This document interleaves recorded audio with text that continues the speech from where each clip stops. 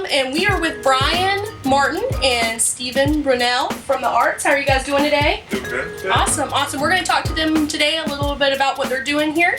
So Brian, if you'd like to tell us a little bit about the Arts and what y'all stand for.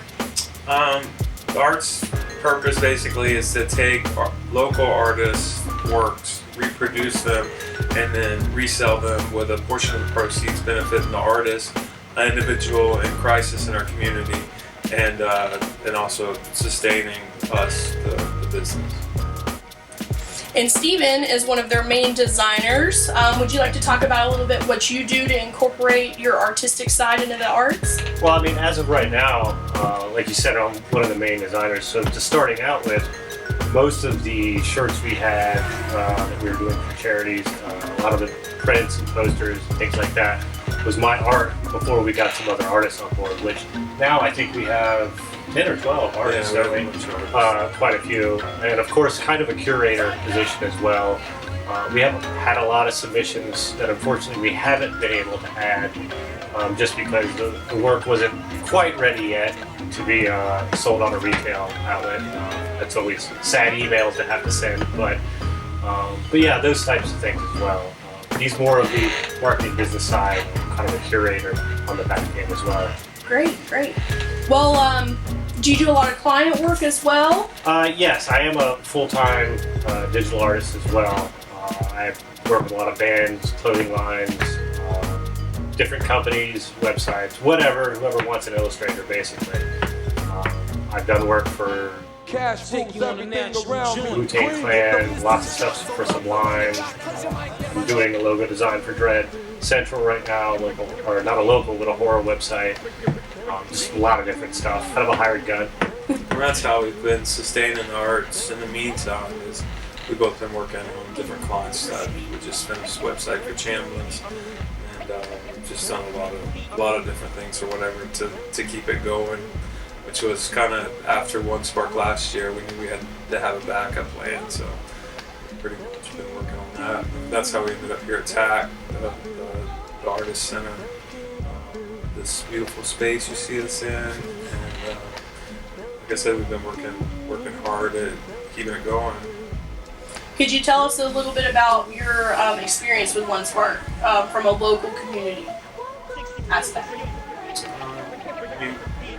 To me, One Spark was really about the connections that we made. We made a lot of really good connections, and a lot of good things that come out of us being there last year.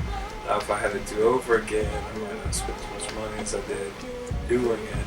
But beyond that, it was a good kind of networking opportunity. We met a lot of people, a lot of other projects, and it just re-instilled in me a love for my city, because I'd never really felt that kind of energy here in Jacksonville, which is another reason we ended up moving up downtown, is because of the momentum or the energy or whatever you want to call it that's going on right now. So, well, especially just the size of Jacksonville and how it's kind of sparse. So someone on this side of town might not spend a lot of time with people down at the beach and really not know what's going on that side versus Orange Park or Riverside or what have you. It's all kind of separate. So at One Spark, you got to see all of these entrepreneurs together in the same area, and it was really cool to kind of feel more like a community and less like a bunch of separate cliques.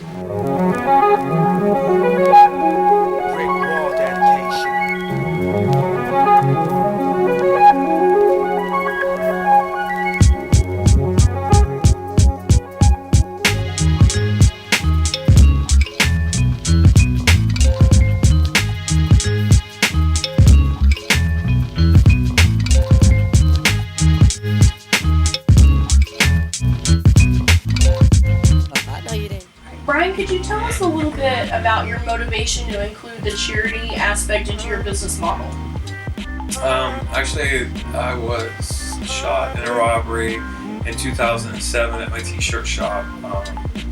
3 guys tried to rob me. I shot in the stomach. I spent 57 days in a coma. I woke up. I didn't have a colostomy bag. I was on a walker. I just didn't have any way to support myself. My wife was still working, but we just lost a lot of stuff. My truck was repossessed. just all kinds of stuff happen. Like the repercussions of that, like people don't realize. You know, people come see us at the hospital and they're like, you know, it's good to see you alive or whatever. But then they forget, you know, you got all of this stuff, like all of this debt and all of this stuff that happens after the fact that doesn't. There's just is there. You know, you can't do anything about it. So basically, the reason that we built that into the arts is because we want to be able to help other people who might be suffering in the same way. I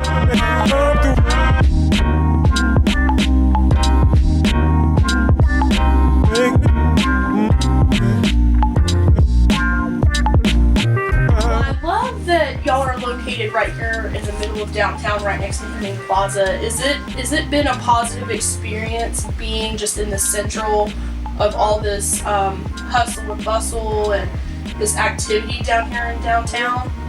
I would say so. My client work has gotten a lot better, and I think just from the energy of being here and being able to focus more, because I work out of the house for We were working years and separately out of our houses, Right, and there's there's just so many distractions and what have you when you're doing that. I mean, I have 3 dogs, so they need to go out and eat, so I have to break my concentration to do that. But here, we can kind of focus on what we're doing, and plus, like I said, just the energy of being downtown and all of that hustle and bustle kind of gets you pumped up and ready to work every day. So it has been a really positive experience for me. Oh yeah, absolutely. I mean, like I said, I really feel like Jacksonville's on the move. I feel like that it's happening. You know, this is the center of what it is that is happening, and we definitely want to be a part of that as much as we want to be a part of the arts. Like people have talked about the rebirth of downtown and Right. how they're trying to bring life back to the city central. Well, yeah. Well, I mean, it's necessary, especially a city like Jacksonville. It's this huge and has this many people. We should be like New York or LA or these big cultural hubs that you have, Portland, Oregon. But we're not, and it doesn't make any sense why we're not. So, I mean, like people like us and anybody else out there that is in the arts community or anything like that needs to step it up a little bit and get people behind the arts movement. Right, get people motivated to gather. Exactly. Well, that's what the arts is mostly, and that's what we wanted.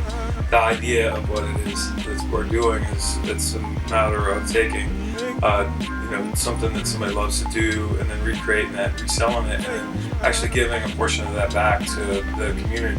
Which is like, if most business models were styled that way or whatever, then you could build your community up a lot faster that way.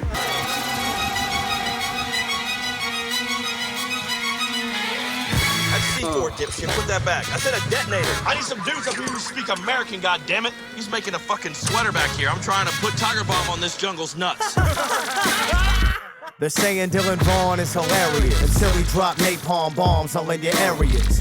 There he is, machine gun ego. I speak no, hear no, see no evil. I used to struggle with addiction until I quit struggling so I could get my fix in.